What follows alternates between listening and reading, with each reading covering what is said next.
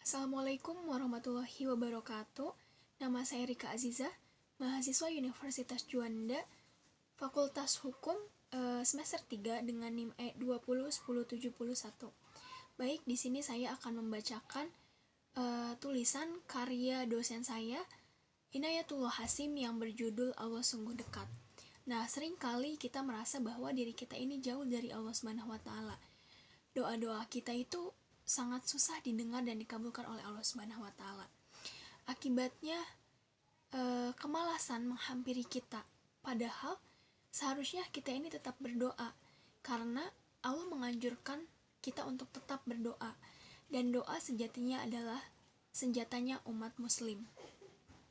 Allah Subhanahu wa Ta'ala berfirman dalam Quran surat Al-Baqarah ayat 186 yang berbunyi, wa idza sa'alaka ibadi anni fa inni qarib ujibu dza'wata da'i idza da'an falyastajibuli wal yu'minu bila allahum yarsudun, yang artinya, dan apabila hamba-hambaku bertanya kepadamu tentang aku, maka jawablah wahai Muhammad bahwasanya aku adalah dekat. Aku mengabulkan permohonan orang yang berdoa kepadaku apabila ia memohon kepadaku, maka hendaklah mereka itu memenuhi segala perintahku dan hendaklah mereka beriman kepadaku agar mereka selalu dalam kebenaran.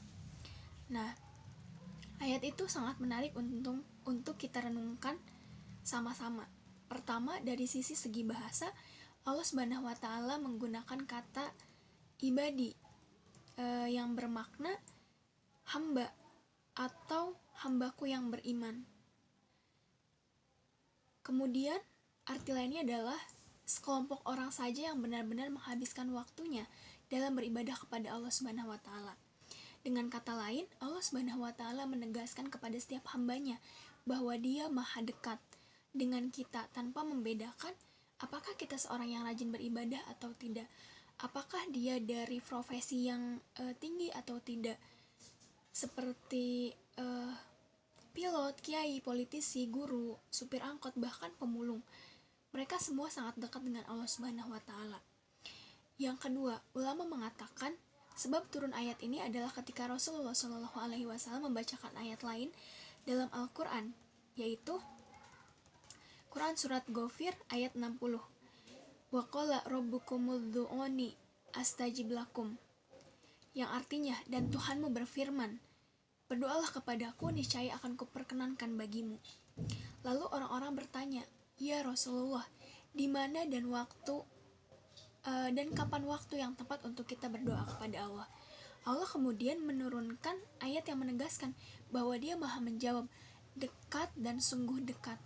Rasulullah kemudian mengabarkan pada kita bahwa sedekat-dekatnya orang atau hamba kepada Tuhannya adalah saat dia bersujud. Maka perbanyaklah doa saat sujudmu itu. Sujud di sini yaitu saat kita sholat menghadap Allah Subhanahu wa Ta'ala, maka berdoalah kepadanya. Kemudian yang ketiga, pada bagian lain dalam Al-Quran, ketika orang-orang bertanya kepada Rasulullah SAW tentang Allah Subhanahu wa Ta'ala, Allah menurunkan ayat dengan kata awalan Qul, katakanlah wahai Muhammad. Misalnya pada Quran surat Al-Ikhlas, Qul huwallahu ahad, atau pada surat An-Nas, Qul a'udzu birabbin nas, dan surat-surat lainnya. Tetapi khusus pada ayat ini Allah meniadakan kata perintah itu, padahal yang membacakan ayat tersebut adalah Rasulullah SAW juga. Para ahli bahasa Arab mengatakan peniadaan kata perintah itu untuk menunjukkan kedekatan Allah dengan kita. Kita ini siapa? Manusia makhluk ciptaannya, tanpa terhalangi oleh siapapun. Seperti itu. Sebab bukankah dalam ayat lain Allah Subhanahu wa Ta'ala berfirman yang artinya, dan sungguh kami telah menciptakan manusia dan mengetahui apa yang dibisikkan oleh hatinya, dan kami lebih dekat kepadanya daripada urat lehernya. Quran surat Qaf ayat 16. Keempat, Allah telah menegaskan pada kita bahwa Dia pasti menjawab setiap doa. Lalu, mengapa doa-doa kita masih belum dijawab oleh Allah Subhanahu wa Ta'ala? Padahal tak pernah berhenti kita berdoa atau bermunajat kepada Allah Subhanahu wa Ta'ala. Jawabannya adalah, disinilah ujian kesabaran dan peran kita sebagai hambanya dimulai.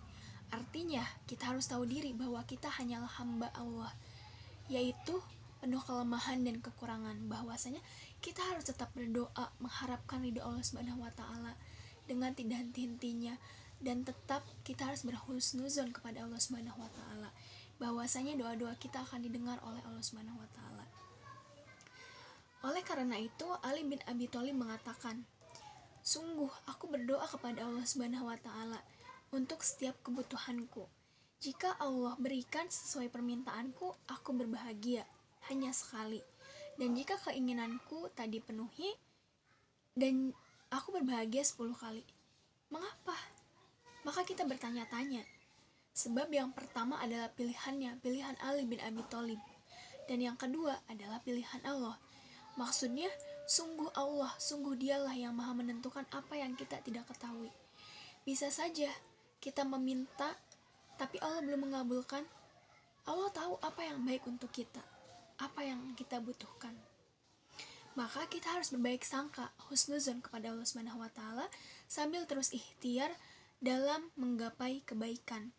Imam Ibnul Qayyim berpesan, jika kesulitan hidup yang engkau rasakan berkepanjangan, padahal tak pernah berhenti engkau berdoa, yakinlah bahwa sesungguhnya Allah tidak ingin menjawab doamu itu saja. Dia ingin memberikanmu karunia lain yang bahkan engkau tak memintanya. Karena sebaik-baik rencana yang kita rencanakan adalah rencana Allah yang terbaik untuk kita. Baik, sekian dari saya. Mohon maaf apabila ada kesalahan. Wassalamualaikum warahmatullahi wabarakatuh.